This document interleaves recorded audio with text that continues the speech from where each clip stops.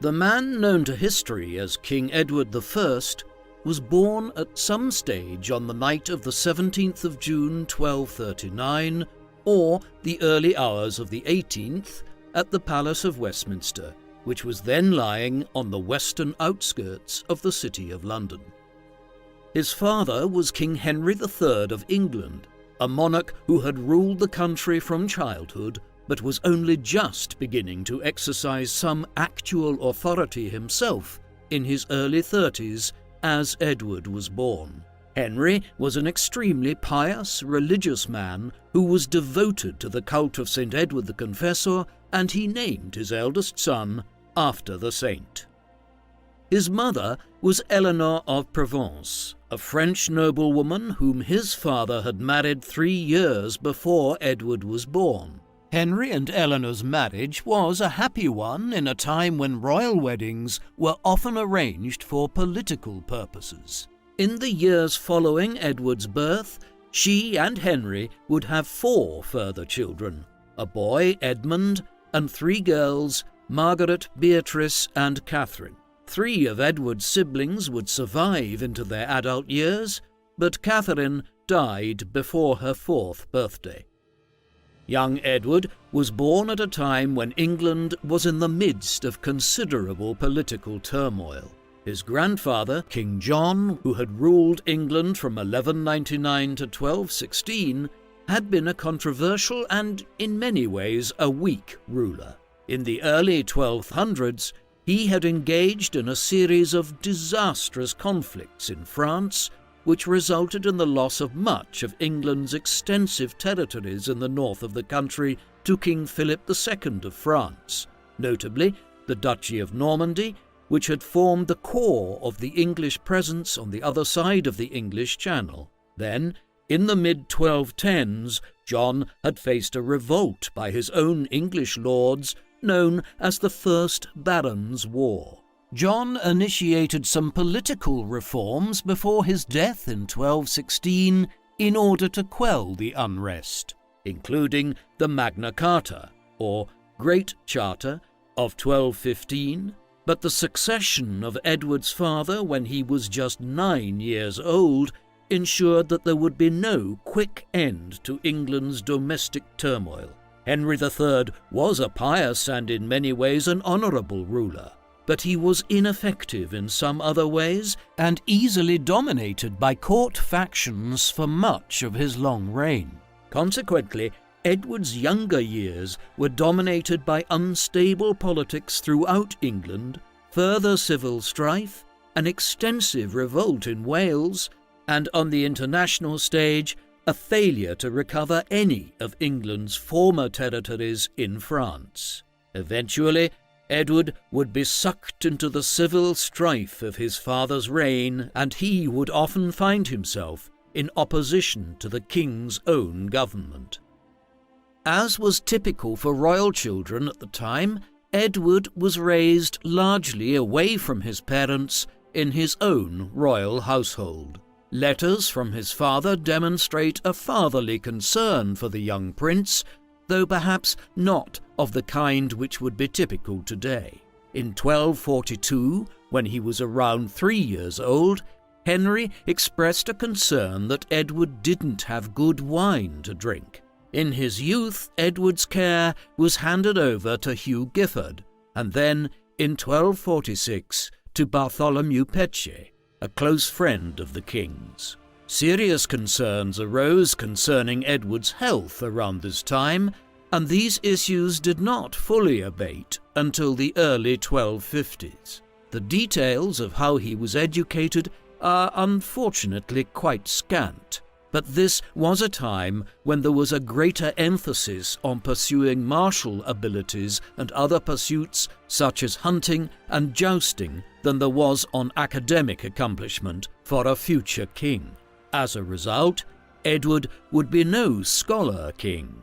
In the mid-1250s, Edward, who became known as the Lord Edward from a young age, was granted considerable authority over the crown's possessions outside England, specifically Ireland, Gascony, and Wales, each of which afforded him a large income and gave him a certain degree of independence from his father. From 1256, Edward's official seal was being used in Ireland to indicate his senior position there. In 1154, though he was just 14 years of age, Edward was married to Eleanor of Castile, who herself was a year and a bit younger than Edward. The marriage of the pair, who were barely entering their teenage years, was a political act designed to shore up English power in its remaining French territory of Gascony, which lay just to the north of the Kingdom of Castile in Spain. Despite the arranged nature of the marriage, it was a very happy one. Eleanor and Edward were devoted to each other, and she accompanied him everywhere, even years later heading on crusade with him to the Holy Land. A long marriage which lasted over 35 years resulted in many children. It is believed there were 14 in all, though the exact number is not entirely clear at a time when infant mortality and stillbirths were common.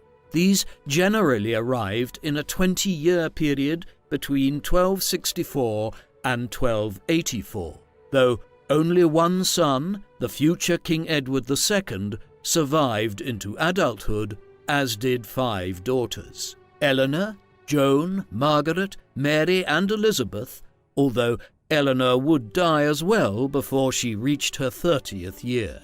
Thus, at least 8 of their children died in infancy or childhood, a rate which, even by the standards of the time, was unusually cruel on Edward and Eleanor.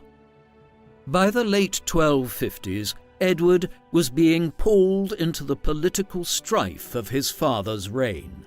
Numerous issues, including the perception of the king's fiscal recklessness and his excessive support for the French relatives of the Queen at court, combined to force many of the English lords and some of the powerful French faction, led by an influential political figure called Simon de Montfort, to push Henry into making concessions at a parliament held at Oxford in 1258. The so-called Provisions of Oxford saw many of Henry's French councillors expelled from positions of influence, and the government of England was all but handed over to a group of 15 councillors who were selected from amongst the leading magnates and nobles of the realm. Edward's position in all of this was ambiguous, and he did not overly support his father. Indeed, when an even more radical series of measures, known as the Provisions of Westminster, were forced on the king in 1259, the rebellious lords who implemented these had the support of Edward himself. All of this effectively resulted in a drastic reduction in the king's power, while Edward, who had felt stifled by his father in recent years, attained a greater position of authority within this form of conciliar government of the late 1250s. Though often viewed as a weak king, Henry was not willing to acquiesce with this curtailment of his power. He now moved to acquire the aid of the French king, Louis IX, against his own nobles by formally relinquishing English claims to the Duchy of Normandy and other French territories which had effectively been lost to the French over half a century earlier. In return, Louis provided Henry with financial and military support, with which he returned to England in 1260 and began re-establishing his royal authority. By late 1261, de Montfort had been exiled to France, and Edward had reconciled with his father after much jostling. He was briefly sent to Gascony in France, where he stabilized the region, but as the disturbances in England continued, he was recalled. Then, when de Montfort crossed back from France to England in the spring of 1263, a new opposition movement began to emerge at Oxford. By the autumn, armed clashes between the king and his opponents were occurring, and by the winter of 1263, de Montfort's alliance of fractious lords were able to seize control of London. This time, it was decided to put matters to King Louis IX to act as an arbitrator in the dispute. But Louis sided with Henry and proposed the annulment of the earlier provisions that had been agreed at Oxford and Westminster in 1258 and 1259. Given this, de Montfort and his allies chose renewed war, and what is known as the Second Barons' War commenced. Unlike in the late 1250s, when the Civil War commenced, in 1264, Edward was steadfastly loyal to his father. In April, he played a leading role in the capture of Northampton, where one of Simon de Montfort's sons was gathering a large baronial army. But the war would be won or lost in the south, and early that summer it started to go very badly. At the Battle of Lewes in Sussex, in the southeast of England on the 14th of May 1264, the Royalist forces engaged de Montfort's army. Edward led the cavalry on the right wing of his father's army to good effect, but the battle was lost overall as de Montfort's forces occupied a strategic position on the high ground of Offham Hill. In its aftermath, Edward was taken as a hostage and placed under confinement, while Henry was forced to make massive concessions to de Montfort. For all of a year, de Montfort was virtually an uncrowned king of England. But when Edward escaped and began building up a royalist force again in the Welsh marches, the tables turned.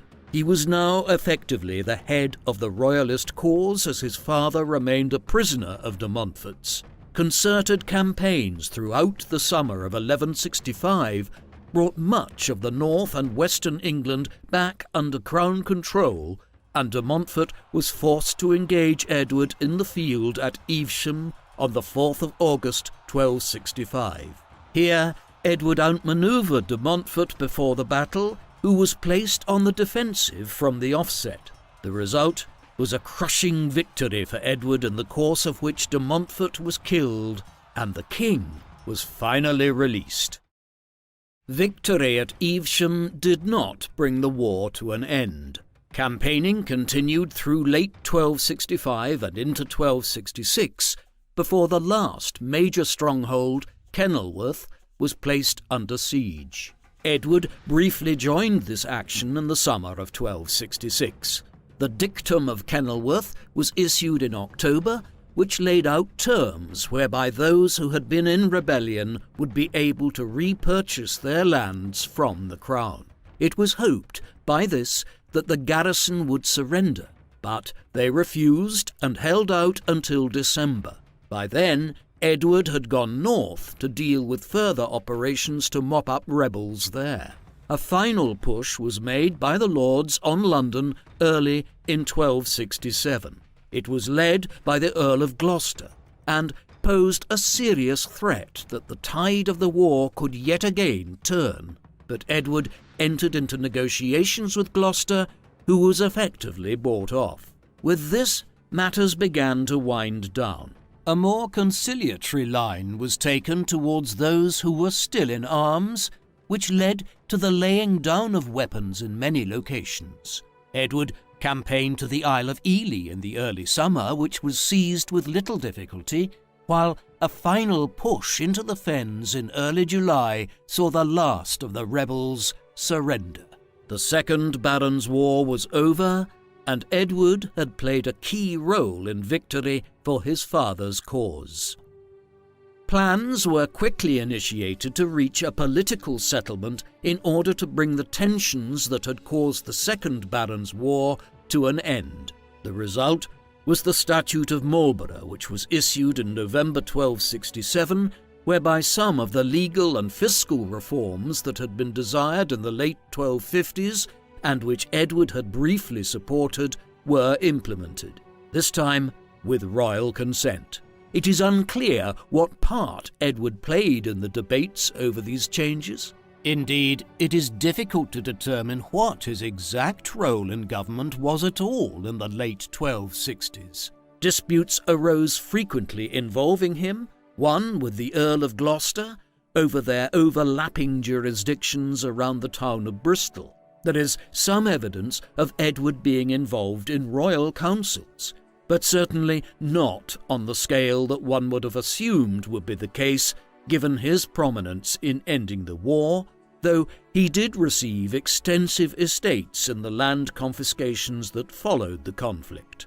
Overall, it had been a mixed political apprenticeship for him. He had gained extensive experience as a military commander and to a lesser extent as an administrator, but Edward had also gained a reputation, one which is perhaps overstated at times, for being politically manipulative, someone who had been willing to throw in his lot with his father's enemies in the late 1250s, but then change sides quickly in the early 1260s. Despite his father's increasing old age and infirmity, Edward became determined in the late 1260s to depart on a crusade to the Holy Land. The Crusades had been a central pillar of life in Europe during the High Middle Ages.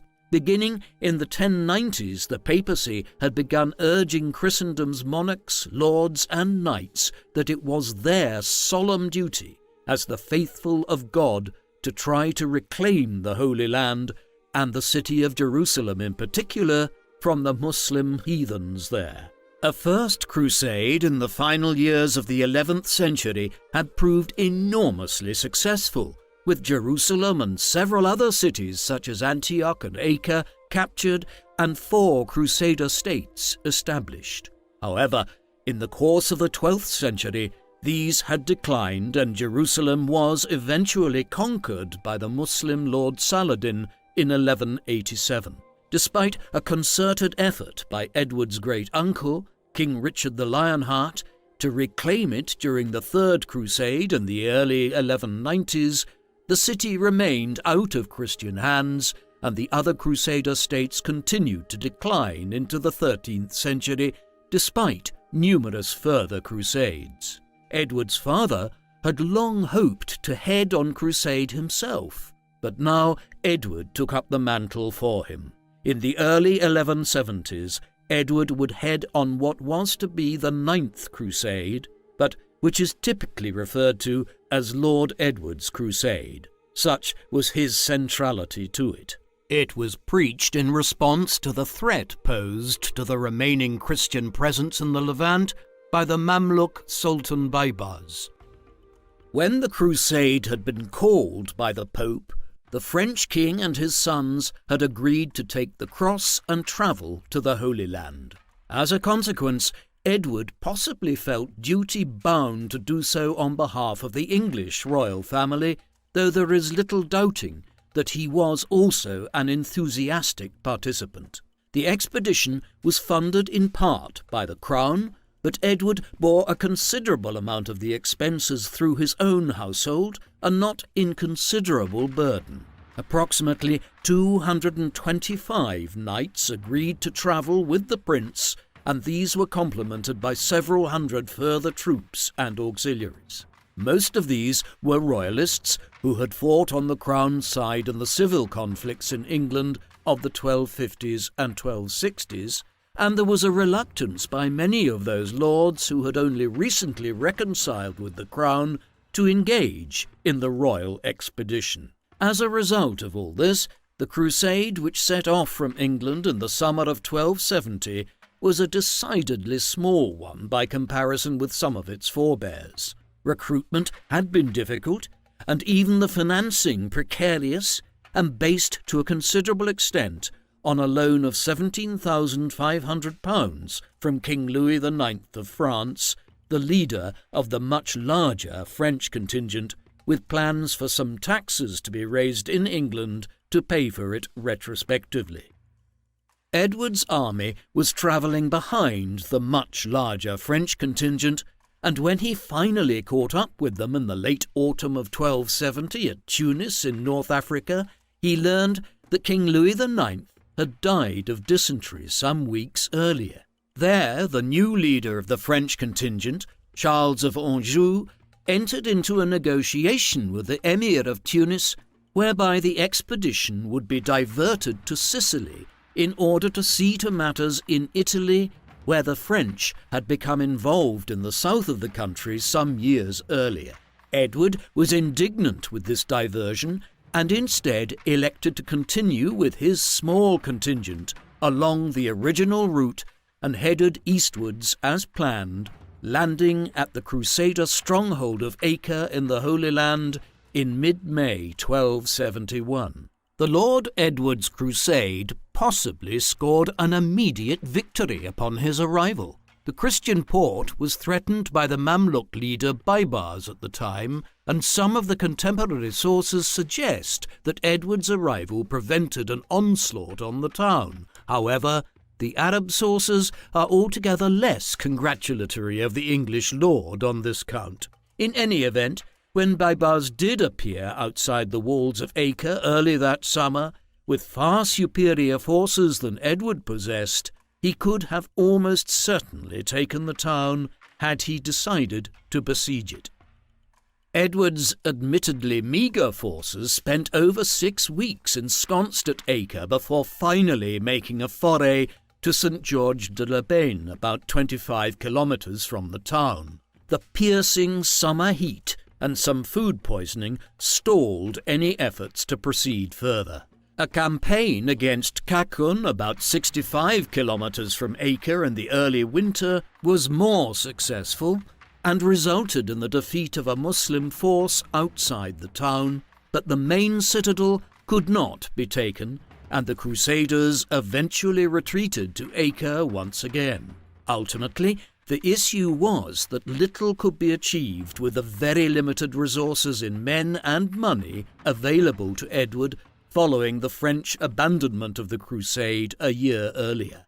Accordingly, it was not surprising when Hugh III, the King of Cyprus and titular King of Jerusalem, concluded a truce with Baibars to last 10 years in the early summer of 1272. Edward was angry at the decision, but the Cypriot king was anxious to take advantage of the willingness of the Mamluk leader to agree such terms, which had become necessary after a large foray by the Mongols into the Levant late in 1271 that temporarily threatened the Mamluk rear had quickly dissipated. Edward remained in the Holy Land until September 1272, during which time he held hopes of perhaps changing Hugh's mind, but the crusade was effectively over.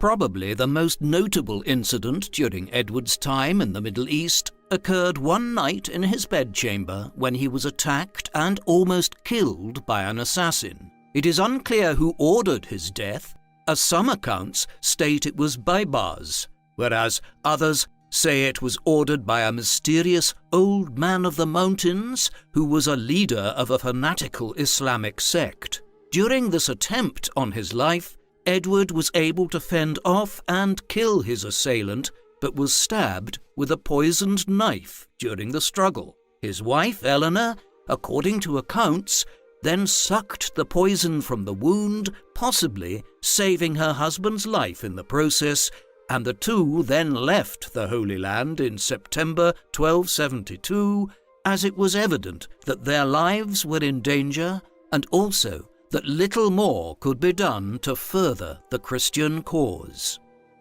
Edward set off on the return journey to England in September.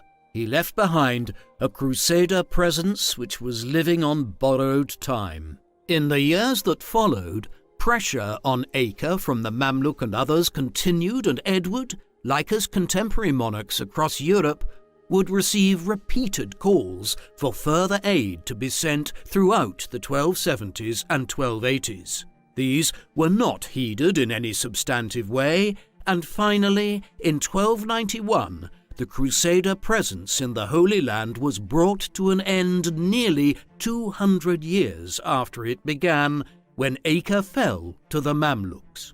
Back in the autumn of 1272, Edward headed home via southern Italy. He was there by early 1273, where he learned the news that his father had died the previous November and that he was now King of England. However, despite receiving this information, he did not head hastily for England. Rather, he engaged in a slow journey through Italy and southern France before heading to Paris to pay homage to the new French king Philip III, who was theoretically Edward's liege lord over his lands in France. Edward then visited those few meagre remaining possessions which England held on the continent in Gascony before finally returning to England in August 1274, by which time the country had been without a king for nearly 2 years.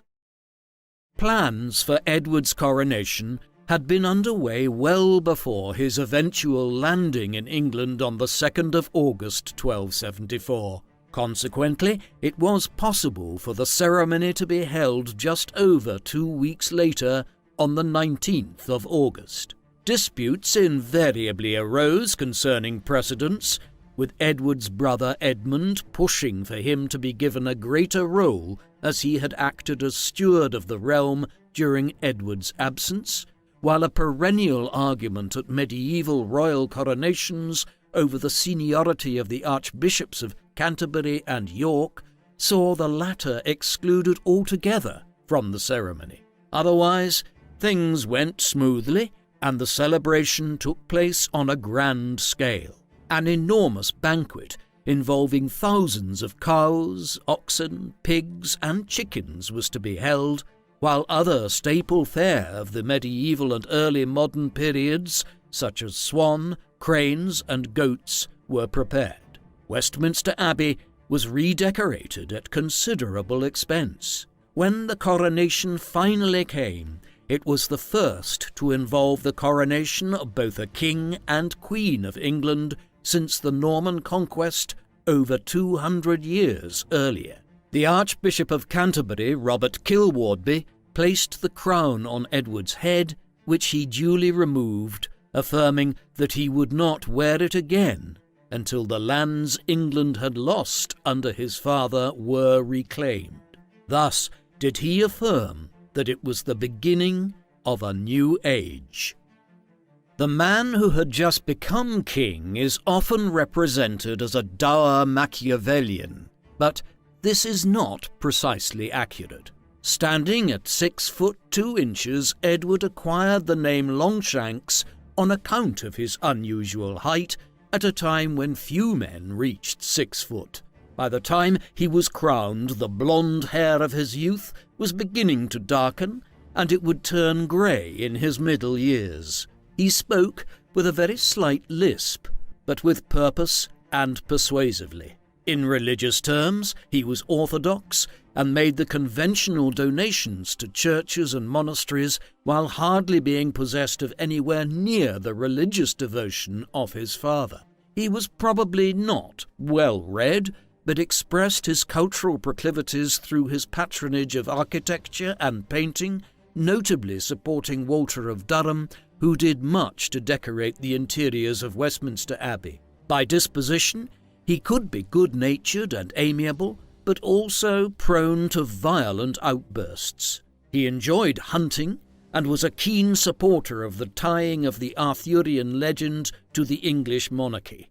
Ultimately, though, his administrative abilities were limited in many ways, with very little understanding of the nuances of finance and logistics, but what he lacked in this regard he more than made up for with his sense of purpose and forcefulness, traits which had been lacking in an English monarch since the days of his great-uncle Richard the Lionheart over 70 years earlier.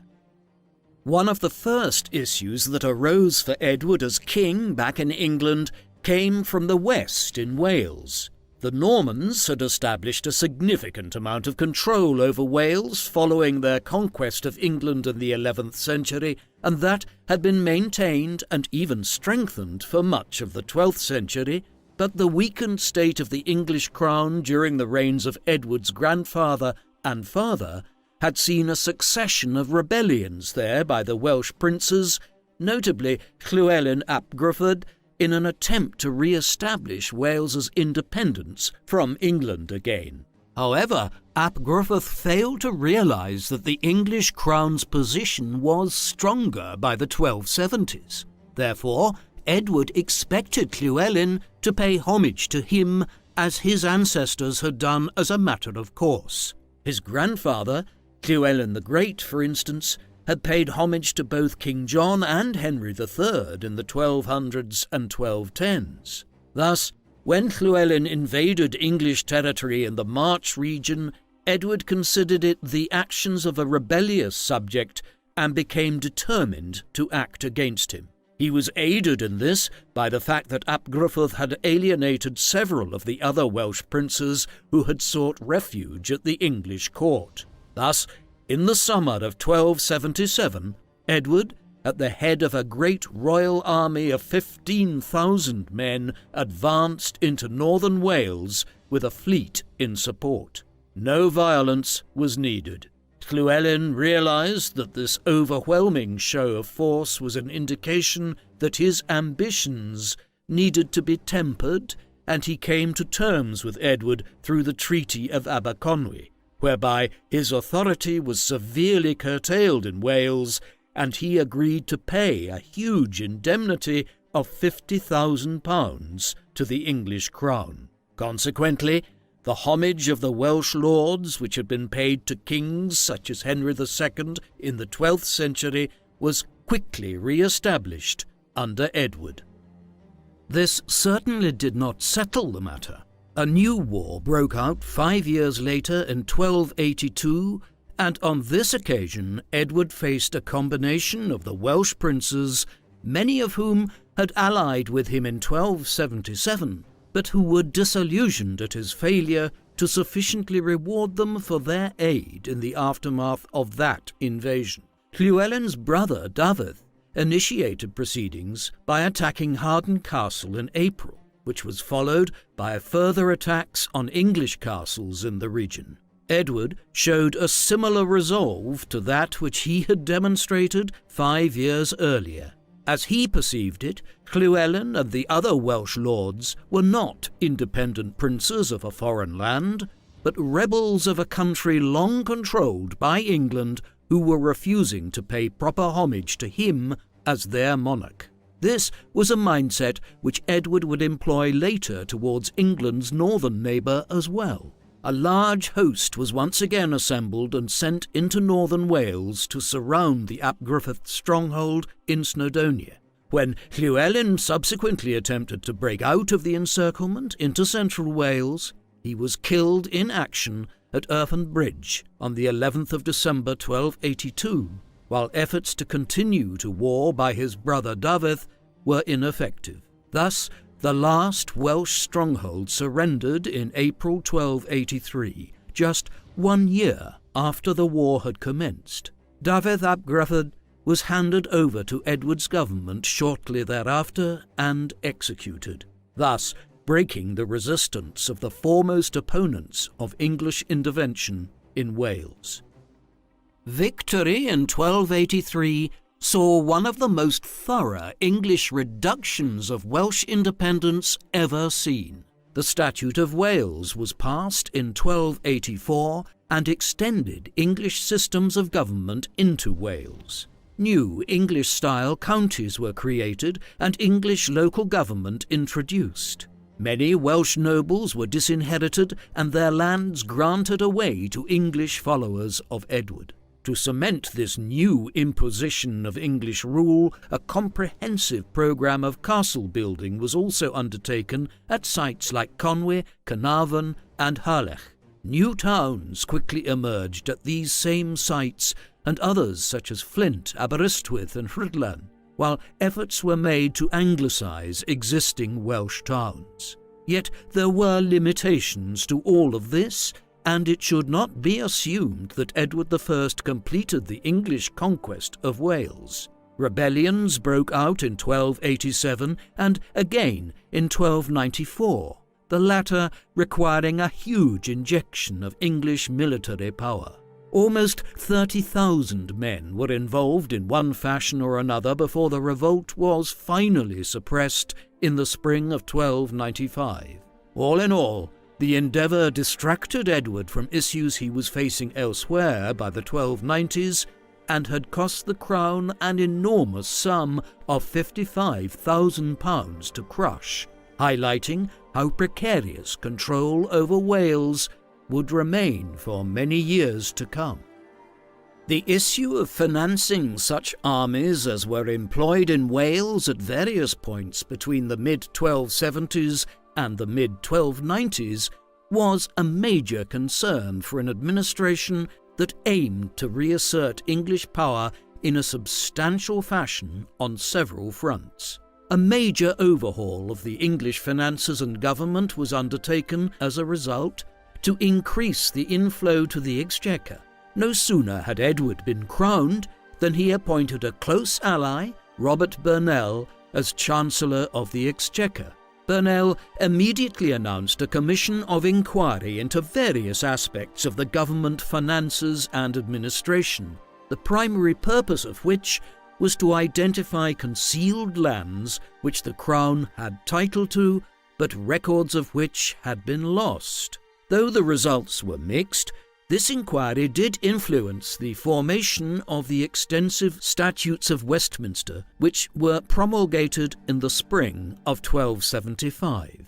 This was the first of several acts down to 1290 which sought to end abuses of land tenure and the sub-infeudation of land whereby the lords were robbed of their feudal dues. The rights of tenants were also seen to, while the Crown sought to restrict the Church and others from granting away lands without royal approval, the better for the Crown to receive its own income from such transactions. Overall, this legislation constituted major changes to the Crown finances, landholding, and issues of debt in medieval England. While the inquiry of 1274 and the resulting Statutes of Westminster in 1275 began the process of reforming certain elements of landholding and other issues pertaining to the Crown, they did not solve the fiscal problem. Additional financial measures were introduced as a result in 1275. A customs duty of 6 shillings and 8 pence was placed on sacks of wool being exported from England. The English cloth trade at the time was very considerable, and this modest customs duty yielded approximately £10,000 a year into Edward's exchequer, a sum equivalent to tens of millions of pounds today. Added to this was a one-off tax of 1/15 of the value of movable goods, a medieval wealth tax of sorts which yielded upwards of £80,000. These measures were augmented by reforms to the running of the exchequer, while the Church also faced additional taxation from 1279 onwards. That same year, a recoinage was undertaken, a measure that was engaged in for the dual purposes of removing forged coins from circulation and gaining the Crown an additional financial windfall in its reissue of new coins. Such measures had to be undertaken regularly in an age when coin value was still based largely on the silver content of the coins in circulation. While these efforts at financial reform were broadly successful, they still did not prove sufficient for Edward's government to meet the cost of its wars over the years. For instance, when unrest arose in Wales again in the early 1280s, it took the Crown by surprise, and money had to be raised fast. Initially, the deficit was met by taking loans from the wealthy merchant communities of the towns, totalling over £16,000. When this proved insufficient to meet the military situation, regional assemblies were called for early in 1283 in the north of England and other districts. Italian merchant bankers such as the Riccardi family, whose influence as bankers extended across much of Western and Central Europe by the late 13th century, were also turned to. What all of this revealed was that despite how effective the reforms of the 1270s had been, England still could not finance a major war effort for an extended period of time without resorting to extraordinary measures to collect additional money. Consequently, further reforms of the Exchequer were undertaken in the 1280s, notably the Statute of Rhuddlan, which aimed to improve bookkeeping and root out some of the corruption that was endemic in all pre-modern societies. These measures ultimately saw increasing efficiencies in the administrative apparatus of the English state during Edward's reign. All of this legislation and fiscal improvement of the 1270s and 1280s played out against a backdrop of parliamentary reform. Today, the Magna Carta, which was passed in the dying months of King John's reign, is typically seen as the great constitutional event of the High Middle Ages in England. But this is generally overstated. While it ensured some rights to the English nobility and their relationship with the Crown, the more significant developments in Parliament, the Legislative Assembly which would go on to become the mother parliament of modern democracy, actually began to occur during Edward's reign. For instance, it was Edward who oversaw the beginnings of the system whereby parliamentary members were returned down to the modern era. This stipulated that 2 knights were to be returned to Parliament from every county and 2 burgesses from every corporate town, a system which began to implement national representation for the first time. This presaged the constituency system which most modern democracies elect their parliaments according to today. In addition, Edward established a tradition in his first Parliament of 1275 of asking Parliament for permission for extraordinary taxation, a development that was designed to avoid the constitutional conflicts that had dogged his father and grandfather's reigns. In the process, Edward's major contribution to parliamentary developments in England was to establish a reciprocal relationship between Crown and country. The Crown and government could request taxes, and the country could ask for favours and reforms in return. This system would operate effectively until the 17th century. There were administrative and financial successes elsewhere. Though events in Ireland are generally little commented upon in studies of Edward's reign, there were significant developments there during his 40-plus years in power. Much of the country had been first conquered by England in the late 12th century, though some parts of it remained outside of English rule. It was still expanding during Edward's reign, though based largely on the initiative of the English lords there. 2 measures are notable, though. A lay subsidy tax was initiated in 1292, and this was used in the years that followed to fund the establishment of a new Irish Parliament with elected representatives which met officially for the first time in 1297. It would last for over 500 years until the Act of Union subsumed the Irish Parliament into the English Parliament at Westminster. In addition to this, Edward's reign saw a notable strengthening and expansion of the court system in Ireland, which centralised courts in Dublin and regional courts in the provinces, dispensing justice under the common law. As a result of all this, Ireland generated a healthy profit for the English Exchequer by the end of Edward's reign, and English political commentators on Ireland of the early modern period would look back from a vantage point of over 250 years and view the early 14th century as the heyday of English rule in Ireland. A further issue which impacted on the finances of Edward's kingdom was the position of the Jewish people. A sizable Jewish population had emerged in England during the late 11th and 12th centuries. As elsewhere in Europe, many Jewish people began working as moneylenders as this was a profitable endeavour, and the Roman Catholic Church forbade Christians to practice usury, the loaning out of money at extortionate rates. Therefore, by the early 12th century, the Jewish community in England was playing a role in the economic life of the country that was significant, considering their actual numbers. This coincided with a growing anti-Semitism in England. Jews were perceived by medieval Christians as being guilty of deicide, the murder of God, in having called for Jesus' execution.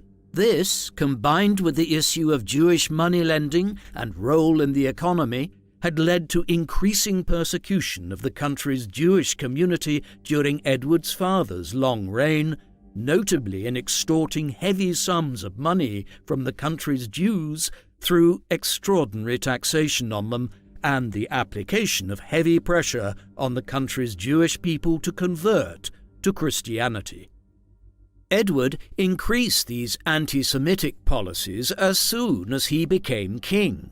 In 1275, the Statute of Jewry was passed, which outlawed Jewish people from practicing usury, relieving many of those who owed money to Jewish moneylenders of their debts, confining the Jewish people into ghettos in certain towns and cities, and forcing those over 7 years of age to wear a yellow badge marking them as Jewish. Taxes specific to all Jews over 12 years of age were also introduced. These extremely punitive measures were only in effect for 15 years, for in 1290 Edward, having determined that many Jewish people continued to act as moneylenders across the country, decided to expel the Jewish population from England altogether. Edward had just returned from a journey to his French possessions in Gascony in the late 1280s and needed to levy additional taxes to pay for the campaign. To make this more acceptable to the nobility and gentry, he included a promise to expel the Jewish community from England, a measure which he duly followed through on in 1290. This carried the additional benefit that Edward was able to confiscate Jewish lands and properties into crown possession and sell them off at a financial windfall. The expulsion was carried out relatively quickly, with perhaps between 2,000 and 3,000 Jewish people exiled from England in the early 1290s, often heading for Eastern Europe, which was much more tolerant of their presence. Some small few remained in England, disguised as Italian bankers. Like each of his predecessors, Edward was concerned with France, though in a different manner to previous kings of England. His father had reached agreements with the French in the 1250s which effectively reconciled the English crown to the loss of the extensive territories in northern France, above all the Duchy of Normandy, which King John had lost in the 1200s. As such, there was not the same requirement of Edward to attempt to re-establish English control over Normandy and other areas as had been the case in the early years of Henry's reign. Nevertheless, the English crown retained a considerable presence in France, controlling Gascony in the southwest of France, and this necessarily involved Edward in French affairs. He visited Gascony several times, often in an effort to launch reform campaigns there, and most notably in the late 1280s. This resulted in a major series of reforms that were agreed in 1289 and which sought to regulate the conduct of the senior English officials in Gascony, the seneschal of the region and the constable of the town of Bordeaux. Yet what remained the major problem for Edward in Gascony was that he held the region as a fief of the French monarch rather than in his own right, a situation which in the 1290s would lead to war. Edward had maintained good relations with King Philip III of France, who had succeeded his father following Louis IX's death at Tunis on his journey to the Holy Land back in 1270. Edward had paid homage to Philip when passing through France on his return home from the Crusades in the mid-1270s, and he paid a visit to Paris again in 1279. Outstanding differences between the two crowns had been resolved on this occasion, leaving Anglo-French relations in a good place. Relations between Edward and the new monarch Philip IV, who succeeded his father in 1285, were also good, which makes the outbreak of war in the 1290s between England and France something of an unusual development. The cause was a localized conflict between England and some French merchant sailors operating in the English Channel. Edward felt his move against these elements in his capacity as King of England was entirely justified, but Philip viewed it as an act of rebellion by Edward as Duke of Aquitaine, the title he bore as Lord of Gascony. Thus, the war which broke out in 1294 was a result of Edward's overlapping jurisdictions as both an equal of the King of France, as King of England, while also being a subject of the King of France as Duke of Aquitaine. After some military engagements in the English Channel with the French merchant vessels there, Philip summoned Edward to Paris to account for his actions. The English monarch was unwilling to show obeisance to a fellow monarch in this fashion, and so sent his brother Edmund on his behalf. A compromise was reached at this point whereby Edward would hand over some minor fortresses as surety in Gascony, while Edward would marry Philip's sister, Margaret, a woman nearly 40 years his junior. Edward's first wife, Eleanor, had died in 1290 after 36 years of marriage, meaning Edward could marry the French king's sister as a means of resolving the dispute which had arisen in the English Channel. However, the entire arrangement turned out to be a ruse on Philip's part in order to have the Parlement of Paris vote through the confiscation of the Duchy of Aquitaine from Edward. With the outbreak of outright war, Edward's plans also changed, and he now began to develop ambitions to reacquire some of the territories lost by his grandfather 90 years earlier. Edward's strategy from early on in the war was to develop a major alliance of continental powers against the French.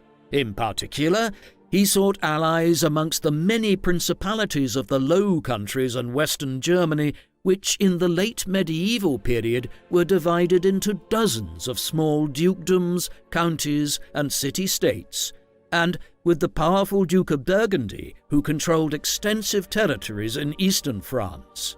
In this way, Edward hoped to build up a power base in the Low Countries around the Duchy of Brabant and the counties of Gueldre and Holland, whereby England would strike into northeastern France towards Paris, rather than operating out of Gascony, as the French would suspect.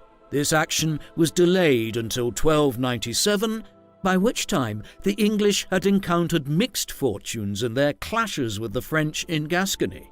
In any event, the military campaign in the Low Countries turned into a costly debacle, from which Edward only managed to extricate himself in the spring of 1298. Thus, this strategy proved a consummate failure in the final years of the 13th century, but the idea of building an alliance of European allies and striking against France from the Low Countries was one that would be employed effectively by Edward's grandson against the French many years later. The failure of Edward's Grand Alliance ended the most intense period of the war against France, but it took some considerable time for the war to be brought to a conclusion, even following the negotiation of a truce late in 1297. In 1299, a major step was taken when the previously negotiated marriage between Edward and Philip's sister Margaret finally took place. The couple, who had a 40-year age gap, were married at Canterbury on the 10th of September 1299. Despite the difference in their ages, the marriage was a relatively satisfactory one for both parties, with Margaret bearing Edward 2 sons and a daughter, and she never remarried after Edward passed away several years later. Meanwhile, Final peace terms between England and France were finally ironed out in 1303, with a virtual return to the status quo ante bellum. The war had been a costly fiasco for both parties. Military operations in Gascony alone had cost Edward's exchequer approximately £350,000, while over £150,000 was paid in contributions by the English government to the small states of the Low Countries and Germany to win over their aid in the 1290s to almost zero benefit. Such was the massive cost of the war that a formal coronation as Queen for Margaret was never held to avoid the expense. This expense in France and the Low Countries was a particular annoyance for Edward, as in the course of the war the primary goal of his foreign policy had switched from France to Scotland. King Alexander III had died there in 1286, leaving his 3-year-old granddaughter, Margaret of Norway, as his heir. But Margaret died in 1290, bringing to an end the direct line of King William the Lion, which had ruled Scotland for over 120 years. There were now over a dozen contenders for the Scottish crown, but the two foremost were Robert Bruce, 5th Lord of Annandale, and John Balliol, Lord of Galloway. In order to prevent the country's sliding into civil war, the Council of Guardians, which had been appointed in Scotland to govern during Margaret's youth, appealed to King Edward to act as an arbitrator. Edward now viewed this as an opportunity to re-establish a greater degree of English influence over Scottish affairs. As with Wales, Edward viewed Scotland as a subordinate part of the Kingdom of England, one which England had exercised a significant amount of influence over since the late 11th century, when William the Conqueror and his successor William II had established a degree of Norman control over the northern kingdom. While this had lagged in the course of the century prior to his accession, Edward viewed the succession crisis as a good opportunity to reassert English royal power in Scotland. Accordingly, after he supported the candidacy of John Balliol, who became King John I in 1292, Edward made it clear that he now considered Balliol a vassal who was expected to pay homage to him, and Scotland as a quasi-subject kingdom. Balliol and the Scots, however, were unwilling to countenance this, and after war broke out between England and France in 1294, Balliol not only refused to send Scottish troops to aid Edward, but entered into negotiations with the French to form an alliance. This was largely the trigger for Edward's decision to invade and occupy Scotland in 1296. Edward ordered an army to prepare at Newcastle upon Tyne in March 1296. At the same time, he sent envoys north with demands of the Scots that they hand over the border castles of Roxburgh, Jedburgh, and Berwick as surety against any potential alliance they might form with the French. The Scots not only refused this, but a Scottish army led by John Comyn, Earl of Buchan, moved south into England against Carlisle Castle on the 26th of March 1296. Here, Edward had appointed Robert Bruce, 6th Lord of Annandale, as governor of Carlisle Castle.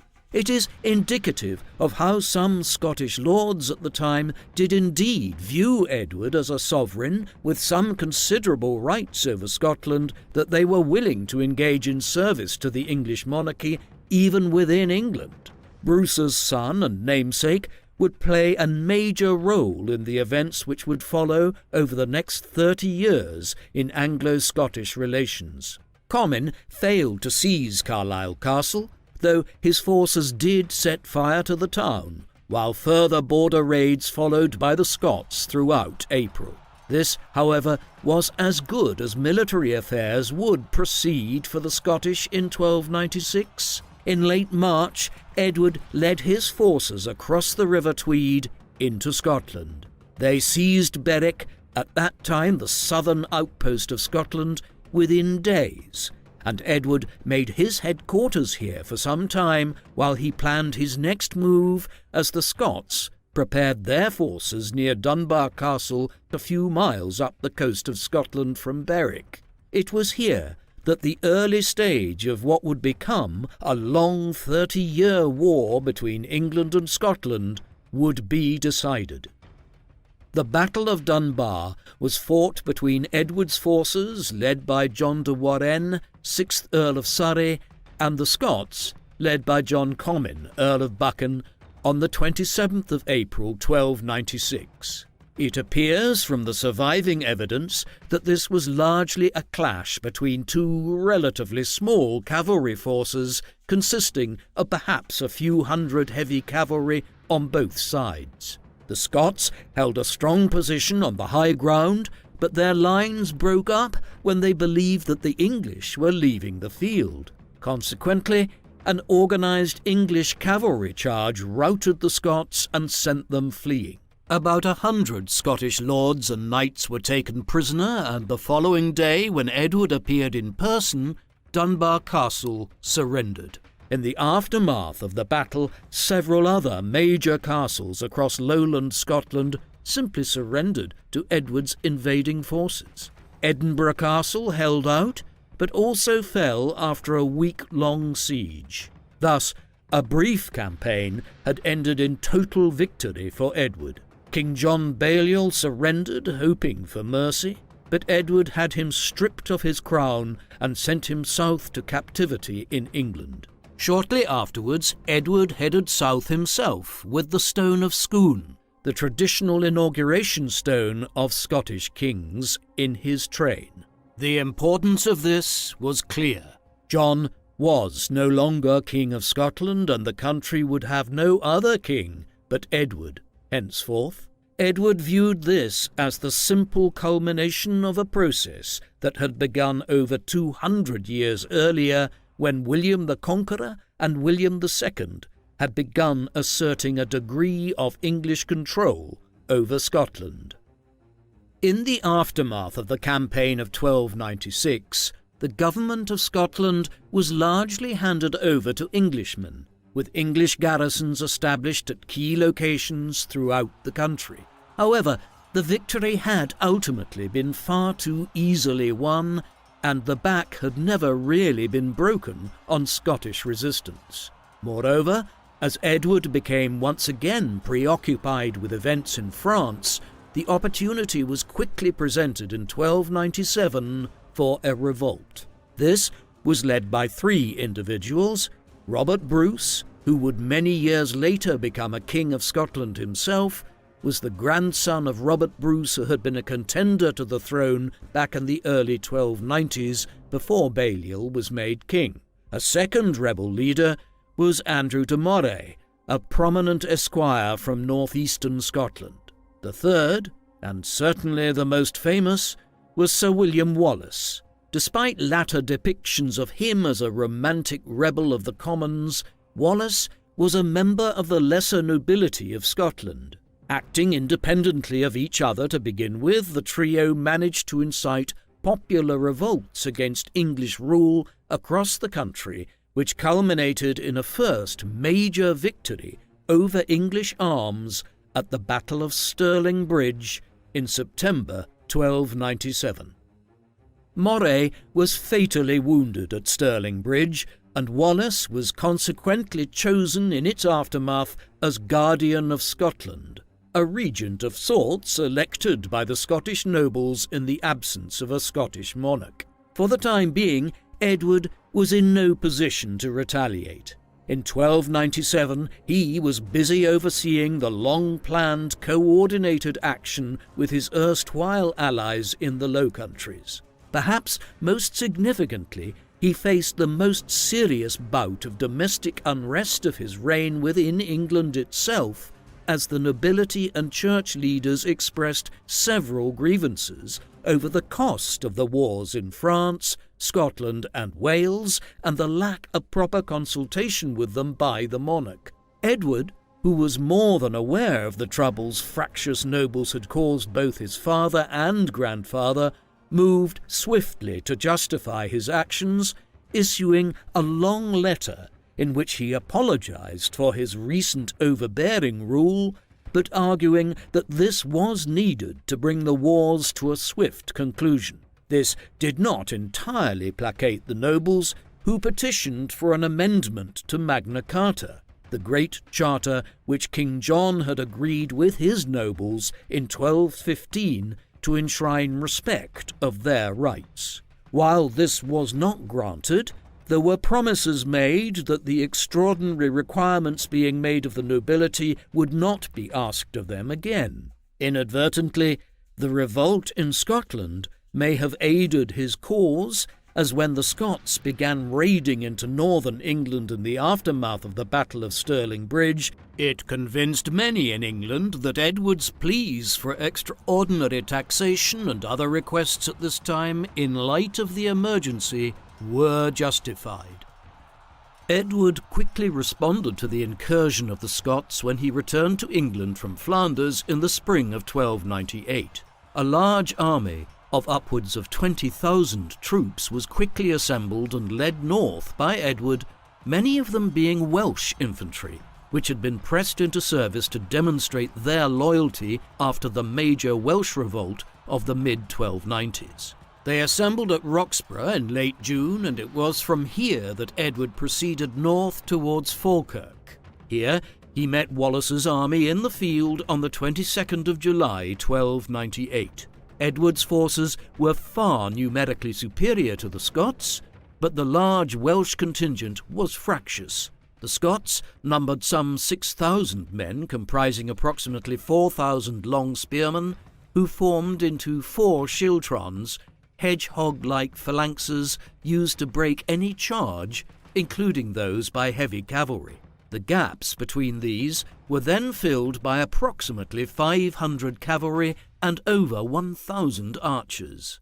These schiltrons had been used to devastating effect at the Battle of Stirling Bridge the previous year, but here they did not prove as effective, because Edward's cavalry was used to circle the Scots, holding their spearmen in place while thousands of Edward's crossbowmen and archers rained down projectiles on them. By the end of the day, both sides had lost upwards of 2,000 men, but for Wallace, whose forces were much smaller than Edward's, this was a devastating blow. Despite his triumph at Falkirk, Edward was unable to capitalize and re-secure control over all of Scotland in the months that followed, restricting his hold to the castles of the border region and southern Scotland. Moreover, developments in France and his marriage to Margaret ensured that Edward was yet again distracted by events elsewhere in 1299, allowing the Scots the opportunity to retake Stirling Castle following a lengthy siege. With the war in France all but over from late 1299 onwards, Edward was able to focus more on Scotland from 1300, but despite annual campaigns into the country, his cause was hampered by Wallace and the other Scottish leaders being unwilling to risk another major defeat, such as had occurred at Falkirk. As a result, Edward was fighting an enemy in the early 1300s that proved unwilling to meet him directly on the field of battle. But victory could be won by duplicity and diplomacy too. Robert Bruce was won over in 1302 to his cause by Edward, while peace in France the following year ended any hope of aid to the Scottish from that theatre. A year later, many of the Scottish lords came to terms with Edward after the English retook Stirling Castle. The Scottish cause was dealt a further blow in the autumn of 1305 when William Wallace was captured near Glasgow by John de Menteith, a Scottish knight loyal to the English crown, and handed over to Edward's government. He was taken to London, where he was hung, drawn and quartered at Smithfield on the 23rd of August 1305. Meanwhile, Edward moved to consolidate his hold over Scotland by appointing his nephew, John of Brittany, son of Edward's sister Beatrice, as Royal Lieutenant of Scotland, while English officials were also installed as Chancellor or Chamberlain within the Scottish government. This process continued down the ranks, with English constables appointed to oversee the border towns and castles, and sheriffs established in the lowland regions as well. The near-total victory which Edward had once again won was emphasised in the decision to appoint English judges to some of the positions on the Scottish bench, while a review of the Scottish legal system to streamline it with the English common law was initiated. As with the decision to remove the royal inauguration stone from Scone in 1296, further symbolic gestures were made to emphasise Scottish subjugation, notably the reference around this time in English correspondence to Scotland as land rather than as a kingdom. Edward's victory in 1305 was to prove as ephemeral as that which he achieved in 1296. At a meeting at Greyfriars Kirk in Dumfries near the Anglo-Scottish border on the 10th of February 1306, between Robert Bruce and Robert Comyn, the only two viable remaining candidates for the Scottish throne, Bruce killed Comyn. The cause of the quarrel was that Comyn attempted to renege on an agreement whereby one of them would relinquish their claim to the throne in return for a grant of lands that would make him the primary magnate in all of Scotland, while the other would become king. When Comyn reneged, Bruce killed him, and 5 weeks later he had himself proclaimed as King of Scotland, ending a 10-year hiatus during which Edward had effectively ruled the northern kingdom with no monarch north of the border. The inauguration was symbolically performed at Scone, the traditional site for the crowning of Scottish kings, despite Edward's seizure of the inauguration stone and bringing of it to England 10 years earlier. Some royal robes were brought out of hiding to solemnise the occasion. As he did so, Robert launched a new rebellion against English rule in Scotland. Bruce's decision to revolt early in 1306 might well have been a propitious move designed to exploit Edward's increasingly poor health. By now, the king was nearing his 70th year, a ripe old age by the standards of the late Middle Ages. Despite his infirmity, a substantial army was nevertheless readied under the command of Aymer de Valence, Earl of Pembroke, and Henry Percy, and sent north together with a further force under the command of the Prince of Wales, the future Edward II. In the meantime, Edward became incredibly vindictive following this latest setback in a war he had been trying to win for 10 years, and was determined to demonstrate that he considered this to be a treasonous rebellion by his own subjects, rather than actions occurring in an independent kingdom. As a result, many prominent Scots residing in England were executed in the course of the summer and autumn of 1306 for having tenuous links to Bruce, while others were imprisoned in cages on public display at some of the border fortresses in southern Scotland, a highly unusual punishment for the time. The initial campaign did not proceed well for Bruce. Having advanced into Scotland, de Valence parleyed with Bruce at Methven in mid-June 1306, with their forces on the field.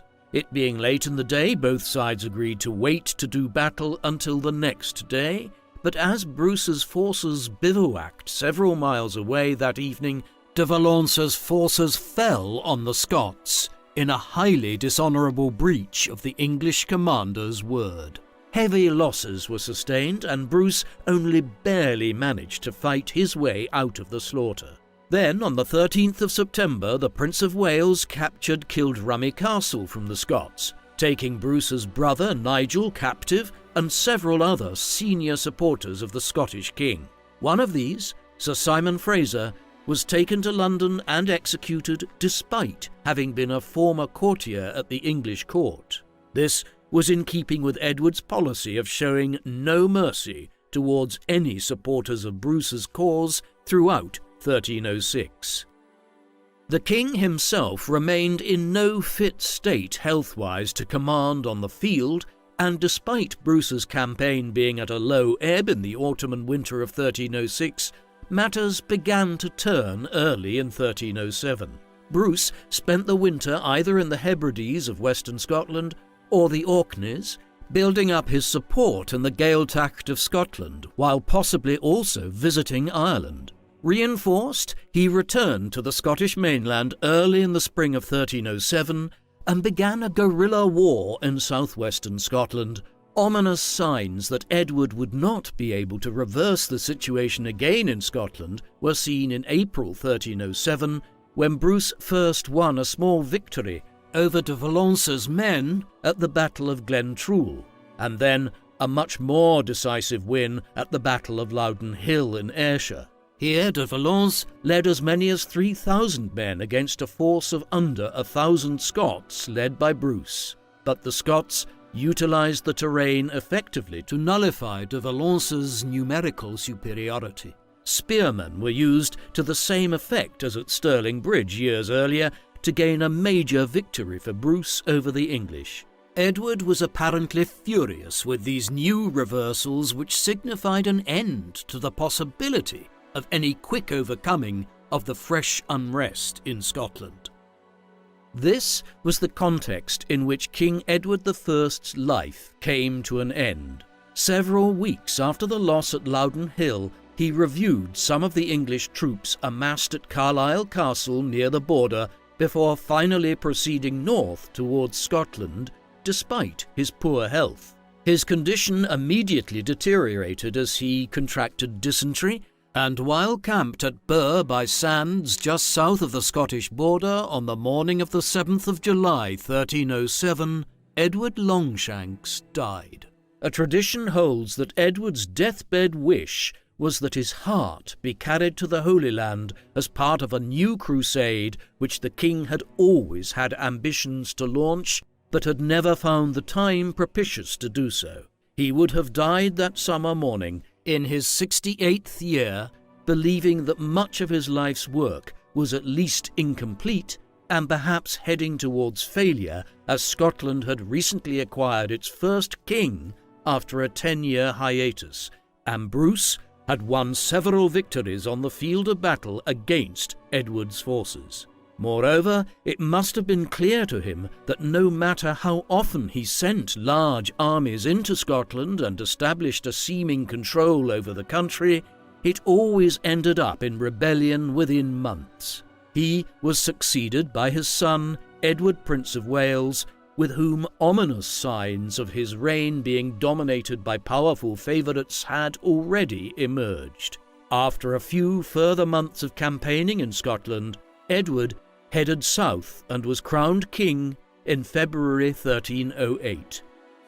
Edward's death ushered in a period of political, social and economic crisis in England.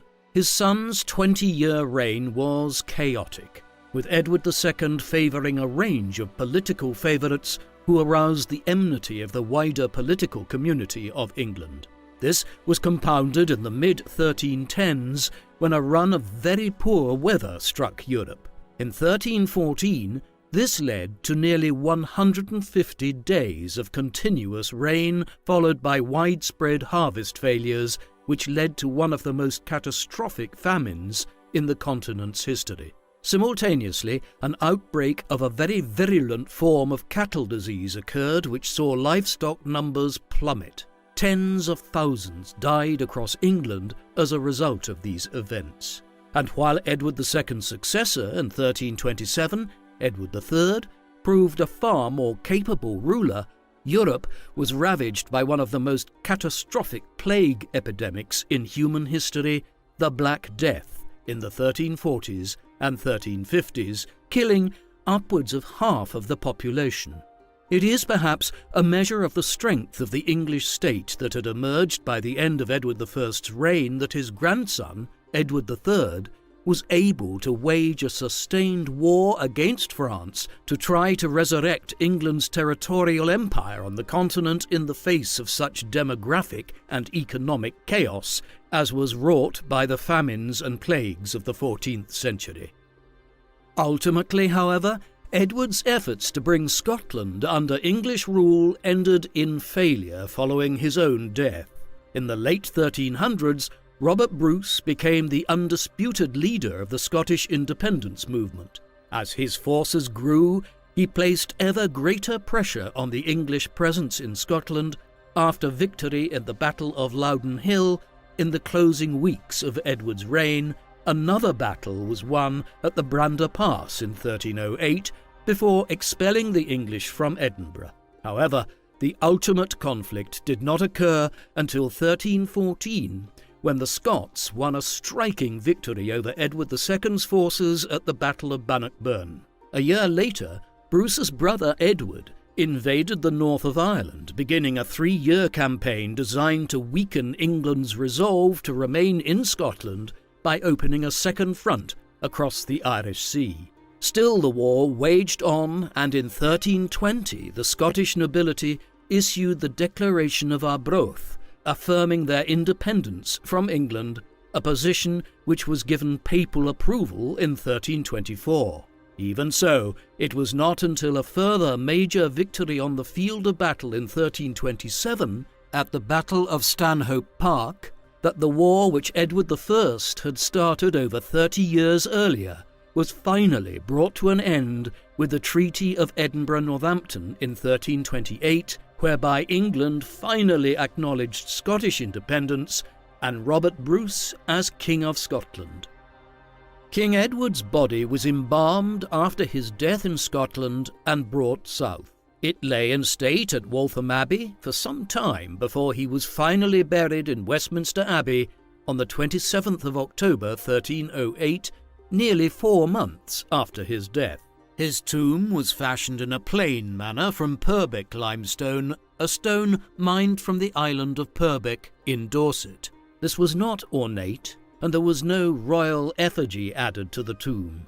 Incredibly, this austerity may have been owing to a lack of funds for a more sumptuous burial. Despite all the fiscal and administrative reforms of his reign, Edward's wars had been so costly that he had left England largely bankrupt. In 1774, the Royal Society of Antiquaries of London had the tomb opened, discovering that Edward's body was well preserved over 4.5 centuries later. An inscription was found on the tomb, badly faded by then, which had been added by the last abbot of Westminster, John Feckenham, in the mid-16th century. Part of it read Malleus Scotorum, which means the hammer of the Scots. Edward has subsequently come to be known by this title in recognition of the manner in which the war in Scotland came to define his reign, for good or for bad, and despite the ultimate failure of the endeavour. Edward I was one of medieval England's most significant monarchs, of that there can be no doubt. First and foremost, he reformed and revitalised crown government after decades of unrest under his grandfather and father, during which time there had been 2 civil wars, most of the French territories had been lost, and the Welsh princes had acquired de facto independence across much of Wales. The 1270s and 1280s saw royal government reconstructed in an impressive fashion, with reforms implemented to shore up English control over Gascony and Wales reconquered, with an extensive programme of Anglicisation undertaken there. Edward did not complete the conquest of Wales, but he contributed more than any other monarch to doing so. While many Welsh people would not view this as an achievement, if it is viewed purely from the perspective of a centralising state of the High Middle Ages, it constituted a considerable accomplishment of Edward's reign, one which forced the Welsh lords to once again pay homage to the English crown, and which furthered a process that had been initiated in Wales during the Norman conquest of the mid-11th century.